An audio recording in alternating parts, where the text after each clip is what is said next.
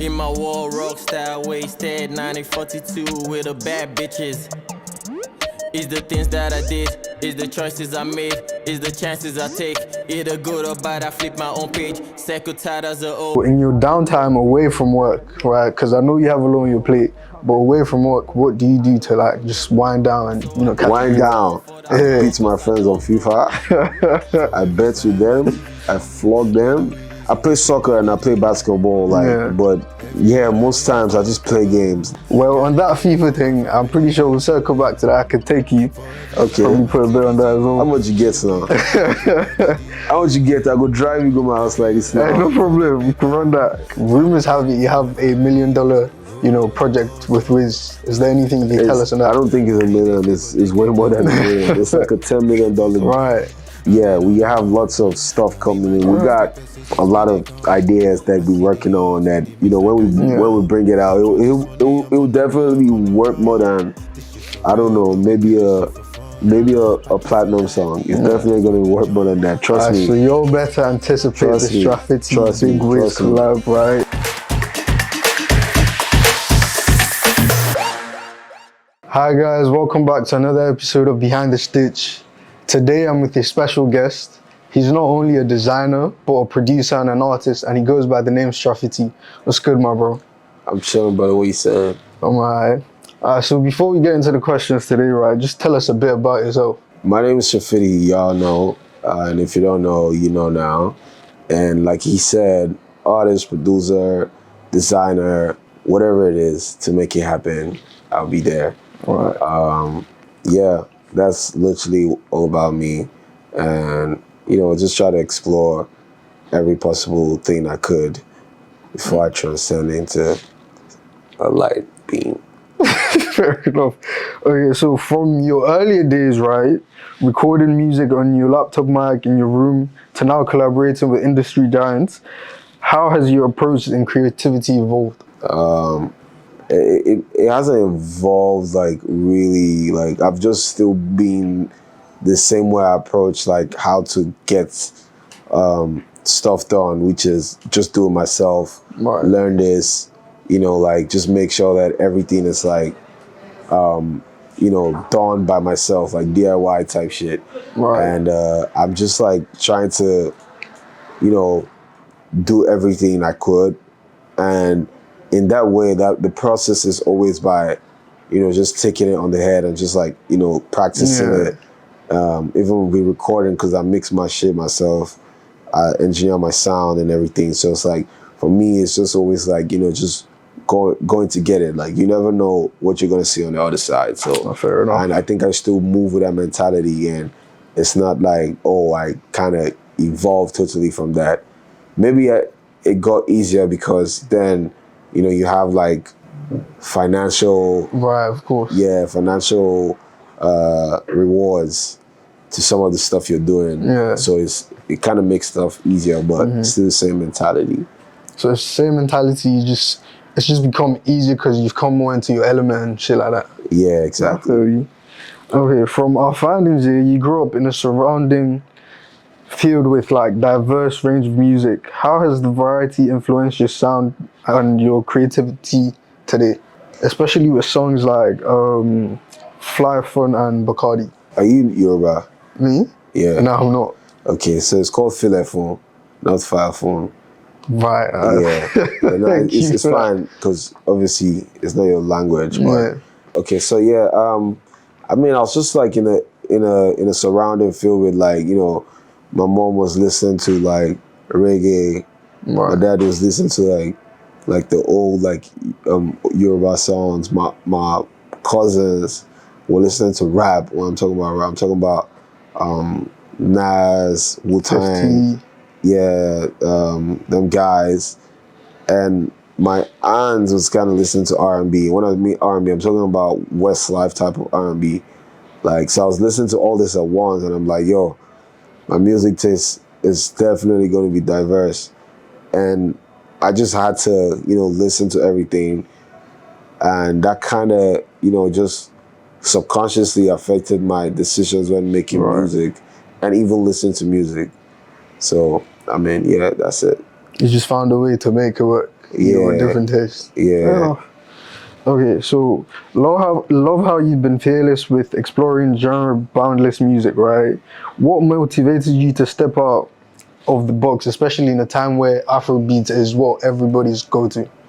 I mean, like, it's a lot that motivates me to step out of the box, but you know, I think the first thing is like me just saying, yo, I don't want to sound like this. I don't want to, you know, do designs like this brand, or I don't want to, you know, shape myself into like this person's image. But at the end of the day, man, we kind of have people that think alike, and we kind of have people that sound alike. We have people that look alike. So it's like, no matter what, people just tend to say, oh, you sound like this guy, you feel like this guy, the way you think, the way you approach your brand, the way you approach your music, your visual elements kind of reminds me of this, which is cool because every great person would always remind you of another great person. Yeah, for sure. Feel me? So, but, you know, I still try to push myself in a way that I know this is the person they say I speak, talk, look, dress, think, whatever it is that I'm doing. I'm always trying to be cautious of that and make sure like I just try to take the other routes instead of going to the route that people will just, you know, usually just recommend or just say that, oh, that's how you should be before you make shit pop. Yeah. Okay, so who would you say like your musical inspirations are, like the people you look up to? There's not a lot of people that I'll say I look up to, you know, but I don't know. I have a lot of favorite artists, so of course, and it's different genres. You feel me? Like I can't really say this person, you know. I hear that. As well, you also say like, oh, it's diverse. It's very diverse. You know, you have a range of music you like, so you can't really stick with one. Maybe if you ask me with this genre, and I can now be like, yo, this is the guy. Okay, so let's start with R&B. Who's your person there? If it's R&B, I think I like Chris Brown's music. Right. You feel me? I like Chris Brown's music. So, yeah, Chris Brown's music. Yeah. That's really cool. Okay, now for rap, who is it? For rap? Yeah. You know, rap is different from hip-hop in a way. Like, you know, if it's a rap artist, it's like Big Pun. Big Pun I really like Big Pun because I kind of like Action Bronson's rap style, but he kind of like Action Bronson took from Big Pun. Right. Yeah. I don't know if you know those guys. It's a bit past me, but yeah, as well, because they're kind of way older. Like when they started making music, it's like way back. But you know, I just kind of picked it up from my cousins. But yeah, for rap, but for hip hop, yeah, definitely Kanye is the GOAT. Yeah, man. I mean, I have different opinions, but fair enough. I hear that. Yeah, man. He's done his thing though. Okay, so now let's bring it to Nines. Who's your go-to artist for Afrobeats? For Afrobeats, but it's definitely Burna. I could tell. Burna Wiz. Yeah. I mean, bro, you cannot deny that Davido got hits on hits, man. So you gotta. It's like I feel like those three are actually, and I actually fuck with. Never mind, man. Those three, they're cool for me. Yeah. Now let's go to Yoruba Fuji. Who's your Fuji? Yeah.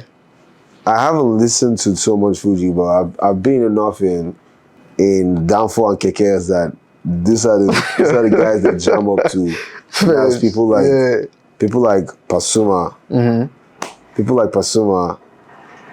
Definitely, he makes bangers, man. Yeah. So I think that guy, that's the guy. Okay. Now let's go into your brand. Let's talk about how Thirsty Worldwide has grown from a bedroom creation to a recognized global brand. Yeah. What key moments in your journey shaped the brand's identity? To be honest, I don't even know how to answer key moments because for every moment that has happened, it's like a lot of key moments. Like it's either the first day we printed out a T-shirt and we took photos of it, and everybody was like, "Yo, how the fuck did you do this?" That's like 2013. You know, like that's a key moment for me right there, because that's like at that time there was nobody around me that could say, "Yo, I'm starting a brand." Like I couldn't see. There might have been, but I couldn't see. There was no direct source of inspiration and be like, "Yo." So it was a key moment for you to just have the epiphany and just like, "Yo, I want to start something. I want to create a Facebook page. I want to go into the streets and print out a T-shirt and call this brand the name and evolve it to something, you know, like doing like Milan Fashion Week, doing pop-ups in the biggest mall in Switzerland, like, you know, doing some crazy shit across, you know, the world." But yeah, I kind of circle back to that as a key moment. Right, so that was because that was like the starting moment, that place was where the journey started from. Yeah, that's like the main key moment for me. Yeah. Okay. As a designer, producer, and an artist, you juggle multiple creative roles. How do you balance this different passion?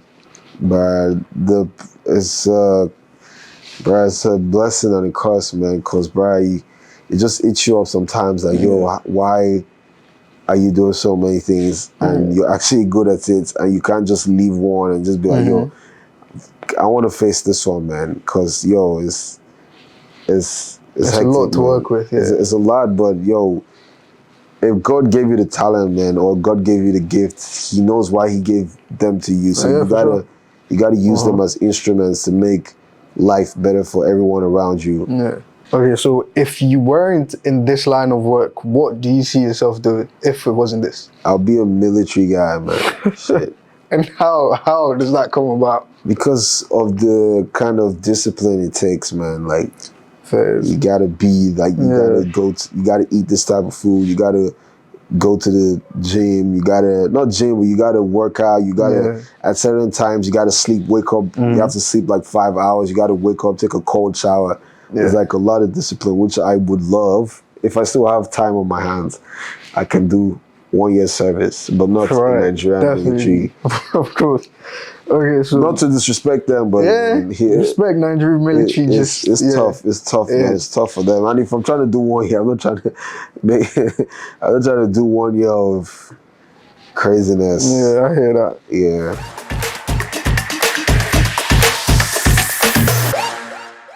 Okay, most people agree that Thirsty is big on experimental denim and bold streetwear. Walk us through your creative process, how it feels, and, you know, the steps it takes in, you know, coming up with your designs and all of that. When I started designing, actually, like, I was doing a lot of, you know, research on like old designs, like old graphic tees, like you see the Metallica, Iron Maiden type graphic tees, and how they kind of used, like they were printing the stuff handmade, not some computer or some printer doing the graphic tees. So I was doing research, you know, I kind of like started designing in that theme. I try to, you know, just explore more, because I've been designing, photoshopping for like 15 years now. And, you know, but I was, you know, at the earliest stages, that's what, like, you know, and those people, the people that design graphic with their hands, they kind of made custom pieces as well, like jackets and stuff, vintage pieces that I also had to research. And I was like, yo, we have to make some cool stuff like that. But, you know, now I kind of do more collaboration with different designers, like you and MK, my brother. I do custom designs with Crivelli. Yeah. I don't know if you know Crivelli.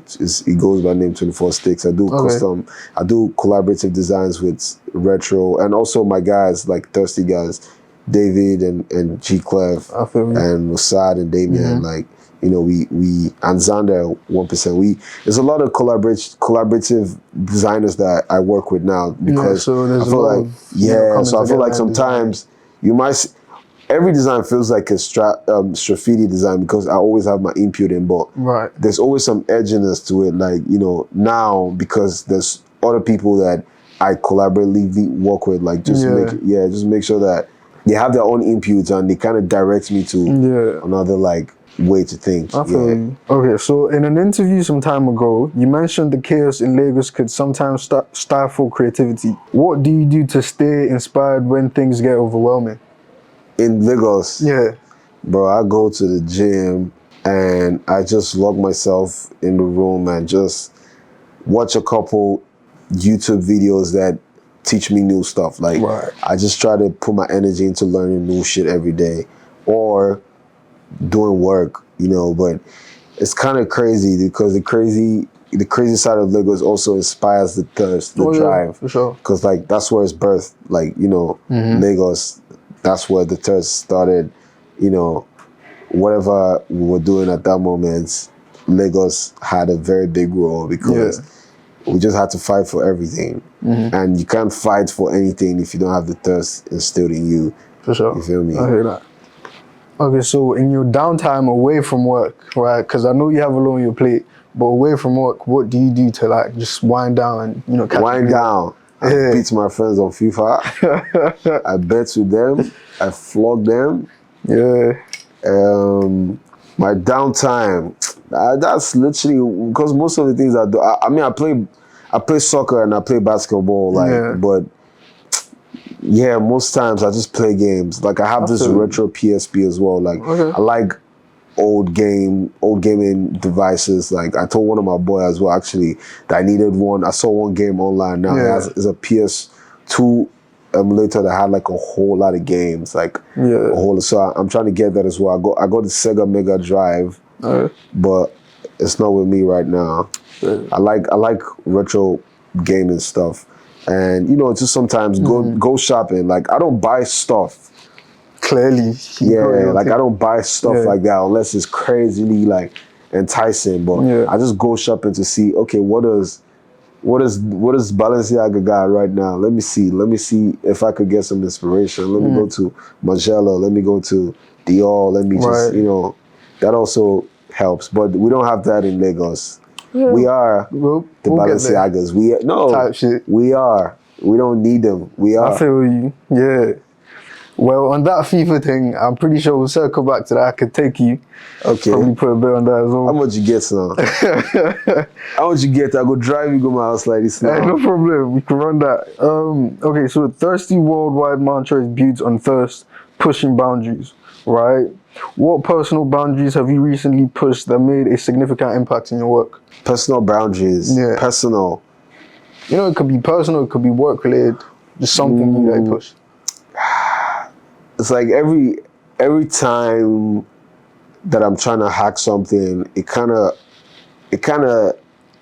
works in a way of like the back door. So like recently, I kind of discovered how to actually make like not just like blank shoes, like actual shoes, like from the scratch and stuff. So I think right now that is what is exciting for me. And also my new project just dropped. And we doing crazy numbers on it independently. I don't know.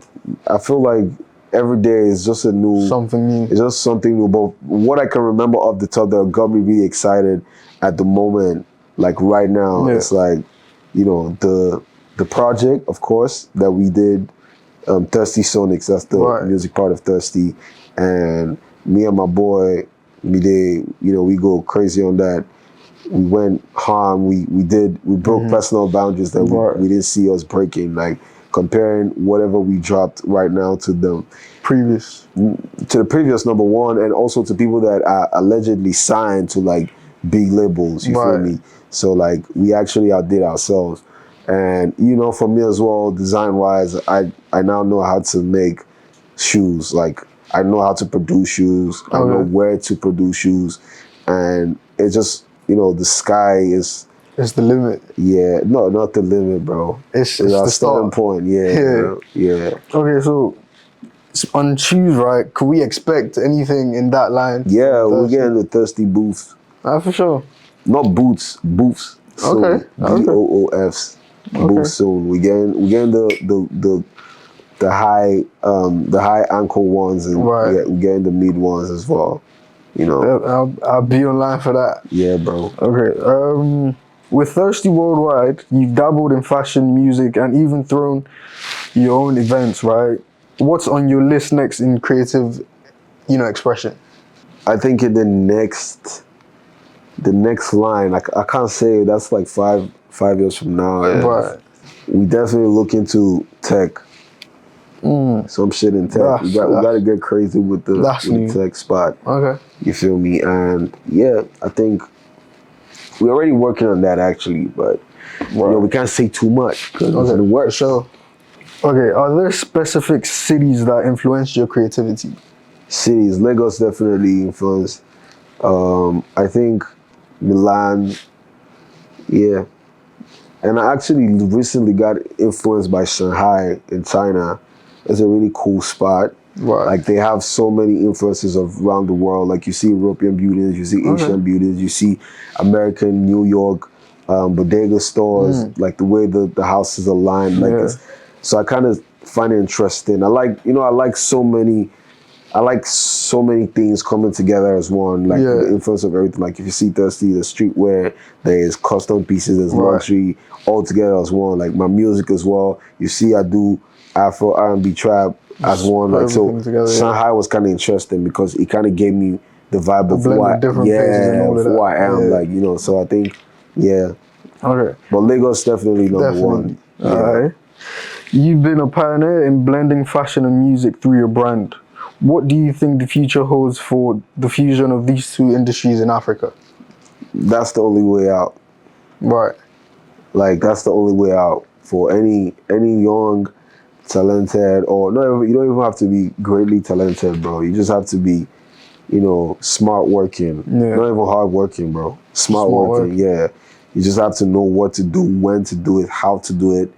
Like, and you also need to be searching for information, like, because information is the only thing that can, open your mind into something new, a new portal that you could access more stuff in the world, and also do your possible best to actually try to leave Lagos in a way. Don't have to be in a rush, don't have to be, or you gotta go there to school or anything. Like, I believe strongly that your art can actually take you outside, because obviously in Nigeria and Africa we have this, we are geofenced in a way that you can't actually use your Nigerian passport or your Ghanaian passport or Cameroon passport to actually access the countries that art is being like appreciated like well. So it's like I feel like you don't have to run away and be like, yo, I'm leaving my father's house, fatherland to go and walk as something. You're killing your dream, same time trying to chase your dream. I feel in a way. So like,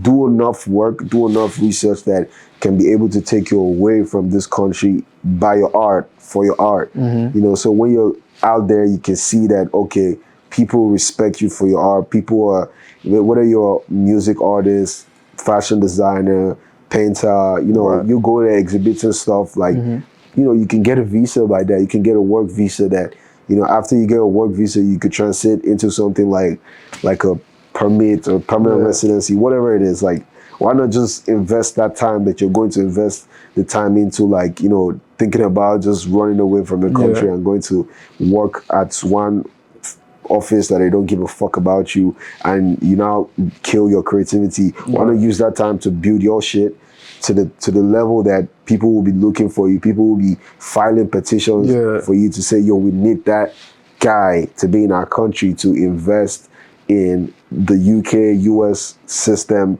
for us to make more money. Like, see how people are sending out O2 arenas, like artists like that. You think those people apply for normal visas that people are applying for? No, they give them residency as soon as, yo, you want to do the O2 show, it's on. Like, we got you, man, because they see you as an important substance now to the country. You're not just going there and just running away. So I feel like, I hear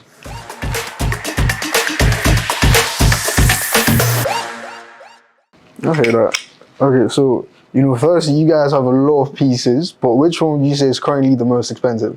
Most expensive is most expensive is like any of our jackets on the fashion runway show that we do is about $3,000, $2,500. Yeah, so roughly that's what you'll be getting for a really custom rare piece. Yeah. Handmade, handcrafted, Yeah. So yeah.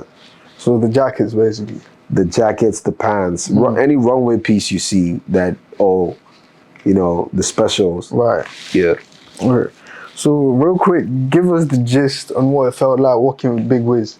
The thing about it is, he's a definitely special person to work with. Like, he gets you if he wants to work with you. Like, he already knows who you are in a way. Yeah. Like, when I mean who you are, not like your style or anything, like who you are, like the kind of person you are, before he says, yo, I want to work with you. So, Right. I mean, I was just chilling one day with him, and he was telling me about how he fucks with this artist called Slon in the UK, and how he fucks with me as well. And, he kind of sees what I'm trying to do with my art. And at that time, he knew that he didn't really know about my music shit like that. So he was just like, yo, I kind of see what you're doing. And you guys kind of have like a similar energy, like drive towards like, yo, you want to get this, you want to get this. So he kind of works with people of that energy, So working with him it's kind of easy though. Like, it's just that we don't tend to be at the same place. Like, when you're in the same place with him, it's kind of easy. Like, but when you're far away, communication is definitely a barrier, because he definitely doesn't use his phone. And yeah, for real though, he actually doesn't use his phone, because I'll be with him and he never picks up his phone. It's just work, unless he wants to order for food or some shit, man. Fair enough. Yeah, but I mean, it was cool. It was cool working with him. We still work, we still talk. It's nice. Hopefully we get something on the way that everyone can. No, hopefully it's coming out, but like, it's in the works. I was about to ask. Rumors have it you have $1 million, project with Wiz. Is there anything you can tell us on that? I don't think it's $1 million. It's way more than $1 million. It's like a $10 million. Right. Yeah, we have lots of stuff coming in. We got a lot of ideas that we're working on. That when we bring it out, it will definitely work more than, I don't know, maybe a platinum song. It's definitely going to work more than that. Trust me. So you'll better anticipate the Straffitti Big Wiz collab, right? No, not Straffitti and Big Wiz collab, man. So what's it? It is Straffitti for whatever he's trying to do. Right. You feel me? The collab will come, but I'm not trying to say that is what's happening, because I don't want to tell y'all something that you expected. I'm not that type of nigga. I'll tell you what it is. I am working on some stuff for him, with him. You feel me? I feel you. So hopefully one day you see the Straffitti and Big Wiz collab. Yeah. Okay, so as an independent recording artist, how do you see your music and fashion lines complementing each other? Is one a stronger creative outlet for you than the other? Not really. Actually, I kind of always have that battle in my head and be like, yo, music is easier, but shit, no, I go to the studio now, bang out 4 or 5 songs in a day. I'm like, music is easier, but I go on my laptop, try to design, bang out like 20 designs. I'm like, shit, fashion is easy. Like, it's always like, but definitely for upcoming independent artists, fashion is definitely more profitable, because you just have to make dope designs and dope quality of stuff, and selling it, making your money back. But for music, you can make very quality music, very dope visual, but you ain't seeing one penny on that. Doesn't sell as much. Yeah. Just depending on who you are is for music, but clothing is what you are selling. I feel you. You feel me? Okay. Know what you're selling actually though, your brand as well. Right, obviously. Let's not go deep into that. That's a masterclass. Yeah. Okay, so what sets Thirsty apart from other fashion brands in Nigeria and Africa as a whole? Thirsty is just Thirsty, man. Like, it's just like, first of all, I can't say we're the first brand first streetwear fashion custom piece brand to come out of Lagos or Africa, but I feel like we just keep on pushing boundaries that people just thought that it's impossible. Like it's impossible to go to Milan to do a fashion week of 42 models independently by yourself. Like stuff like that hasn't been heard of. Just around the corner. But we just said, we have to do this. We're gonna do this, and we did it. And we did London Fashion Week earlier this year in February, and just a lot of boundary pushing stuff that you can't do this, and we just like I will do this. You can't sell a pants for $500, $1,000, $2,000 if you're a Lagos Nigerian brand. But yeah, we did it. So it's always like for us, it's always like we did it, and the question is, why did they do that? Yeah. So it's like that's literally why we stand out. Right. Why did they do it? Why did they do that? And for us is we did it. Yeah. You feel me? So it's like we just go, our lifestyle, our brands, perspectives is just inclined with that, with those questions. Why did they do it? And we did it. And we did it. Type shit. Okay, so looking at, the exposure your brand has gotten, right? How do you think African brands can gain more on a global level in regards to fashion?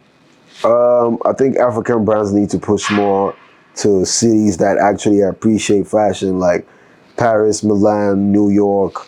I think you should definitely, London, you should definitely be doing shows, events, pop-ups, collaborations with brands that are there. Right. You feel me? Like you need to expand your reach, because the market is not like only in Africa. You can have most of your sales in Africa, but I feel like the whole world still needs to see it. But everywhere has just been designed in a way that if you're looking for gold, you come to Africa. Yeah. If you're looking for fashion, you go to Europe. Yeah. If you're looking for commercial awareness, like sales and everything, you go to America. Like if you're looking for talent, raw talent, you come to Africa. Like there's so many there are places because if you can find everything everywhere, everything will be easy. Right. You feel me? Like it will be so easy to become a superstar. Like even in America, if you want to be a superstar, the cities you have to go to. You got to go to LA. If you want to be an actor or actress, you can't be in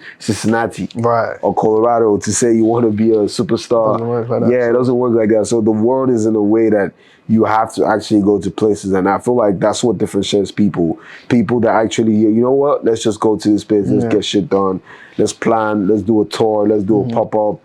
You feel me? That's what they need. That's what African brands need. Regardless of what you're making, swimwear, okay, whatever, your brand just needs to be seen by the world and more. Okay.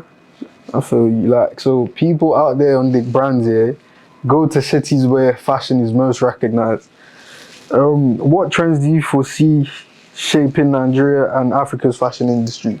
Nigerians just like to copy, man. So I don't know if they can start a trend in fashion. So they need to do more work in that, but just be original with it. Yeah, just be original. Like you can copy, but no, you can't copy. You can be inspired and redefine the inspiration. And when people see it, they'll be like, oh, okay, I see the inspiration, but this is very different. This is nice.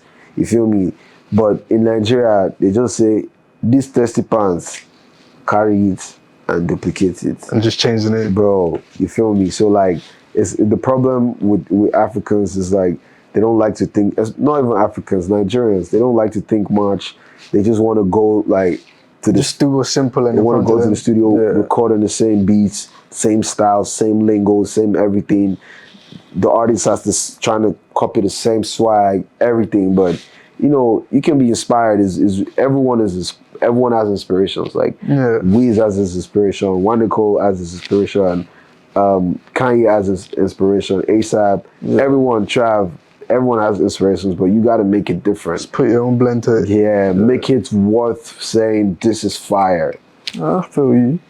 Okay, so finally, what is next for Thirsty? Everything you can think about. I don't have answers to that, to be honest. That's what we like doing. We like, coming, hitting you where you don't even expect it. From anywhere you are in the world, you can never know the next Thirsty move. You feel me? We can come out and drop a shoe today, a phone, anything. Don't worry about it. Just get your shit together. That's the main thing. Get your shit together. And when we pop out, we pop out. You feel me? I feel you. But we're doing something. We're doing something this, you'll see it. We're doing something in September. Okay. Something we cool. definitely will be anticipating that. Yep. On that note, it's been a pleasure having you today. Oh, okay. We also got this high fashion and thirsty collab coming to y'all. You know, we have a lot of collaborations, but this is one for the books because we have a We're Thirsty and high fashion collab, and we also have a Thirsty Lab high fashion collab. So we're about to go crazy. You can see it. Do we have some in here on the rack? Okay, can you see this? Oh wait, I'm gonna bring out. Yeah. So yeah, this is one for the books. Alright. Hopefully, I'm gonna push my luck here and I'm gonna try and get one of those pieces before I leave. So yeah. Amen, bro. Okay. Yeah, man. It's been a pleasure having you on today. It's Also been fun. you, brother. Alright. Cool. So yeah, that's been it from Simon Says Drip. Yo. See you guys next time. Shout out Simon Says Drip. Y'all killing it. Shout out everyone behind the camera. Shout out my man here. You know. Yeah. God bless y'all. See y'all. Peace. Stay thirsty. Yo, guys, my name is Straffitti. Y'all know me as Straff. I'm live on Behind the Stage by Simon Says Drip. I had a good time. Yo, watch out for the next episode.